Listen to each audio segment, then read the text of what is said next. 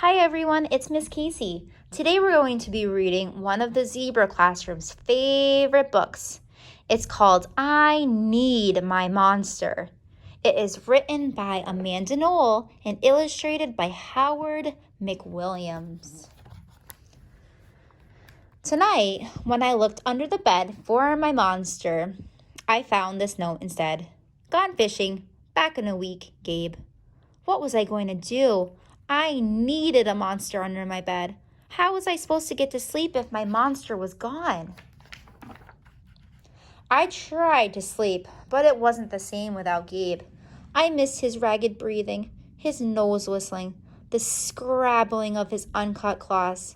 How would I ever get to sleep without Gabe's familiar scary noises and his spooky green ooze? It was no use. Gabe would be gone for a week, and I just had to have a monster. I climbed quietly out of bed so my parents wouldn't hear me. Grown-ups have some strange ideas about monsters under beds. I knocked on the floorboards, then scrambled back under my covers. I waited nervously. Would a new monster appear? What would he be like? Would his snorting be as cheerful as Gabe's?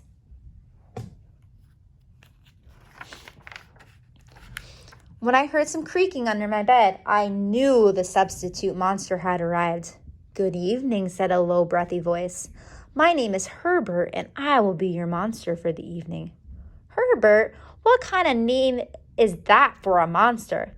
You don't sound scary at all. Have you ever scared a kid before? Well, no, but I have read all the best books on the topic. Do you have long teeth and scratchy claws? I asked. No, but I have an overbite and I'm a mouth breather. Listen. Herbert's panting was kind of scary, but it wasn't enough for me. Listen, Herbert, I'm sorry. I just don't think this is going to work. It's nothing personal, but I really need a monster with claws. Picky, picky, Herbert complained. As you wish, I'll go. There was some more creaking, then Herbert was gone. Some scratching warned me that a second monster had appeared. Good evening, he said in a high, silky voice. My name is Ralph. I understand you need a monster with claws. If you would please lean over, I will hold out an arm for inspection.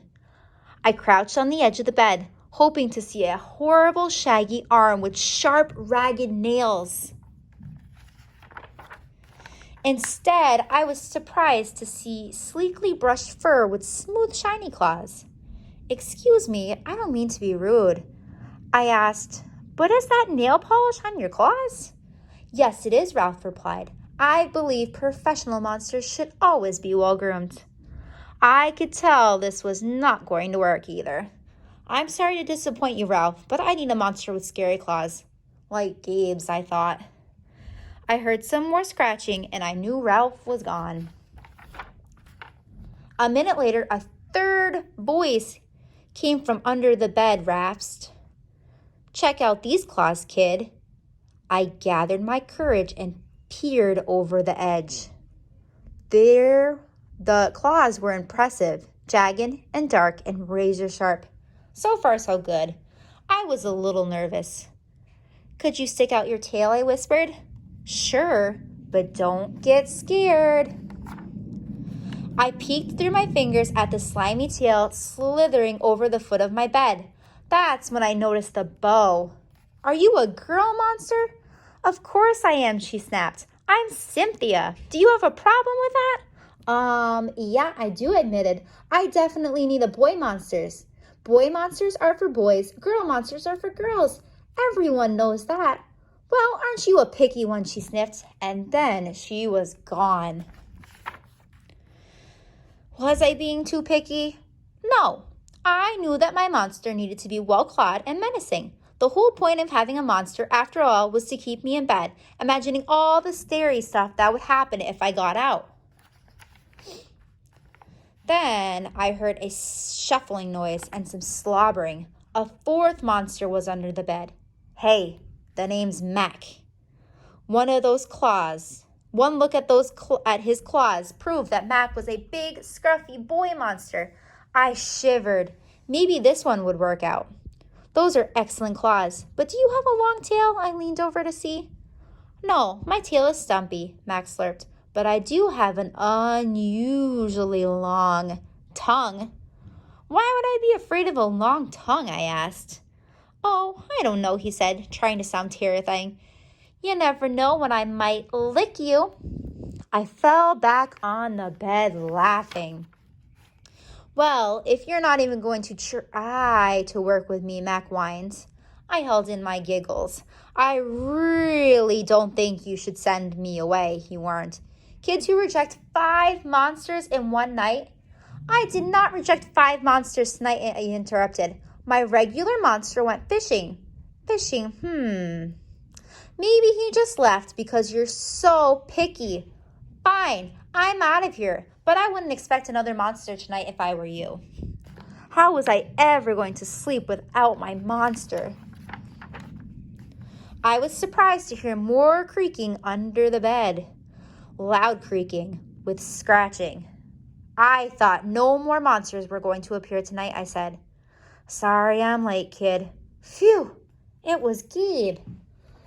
I thought I would enjoy fishing, but I didn't, he explained. Those fish scare too easily. No challenge at all. You, however, are challenging, my friend. You're almost too old to be afraid of monsters. You keep me on my toes. Ah, toes. A delicious snack. The bed quivered as Gabe's stomach rumbled with hunger. Now, if you don't mind, I'd like to start the evening with an ominous puddle of drool. I peeked over the edge of the bed. Green ooze spread soundlessly from underneath. Then the bed trembled as Gabe unfurled his spiked tail. He was daring me to guess where he might pop up. I shivered. So, you had some substitute monsters tonight, Gabe said, sharpening his claws on my bedpost. Were you scared? Then Gabe started tapping. I could tell he wanted to know if I still needed him. No other monsters can scare me like you, I giggled, diving under my covers and pulling them up tight. Through the blanket, I heard Gabe's soft, comforting snorts. Ha! I knew it. We're made for each other, he growled. When my blanket started to slip off the bed, I knew Gabe was ready to eat. Now, if you could, please stick out your foot, he said. I'd like to nibble on your pinky. I yanked my blanket back up and scrunched my feet in so Gabe could not get them. No toes tonight, but you can have this. I offered, pushing a pillow off the bed. I didn't even hear it hit the floor. Gabe was back. The ooze was perfect. Everything was back to normal. I shivered again. I'd be asleep in no time. The end.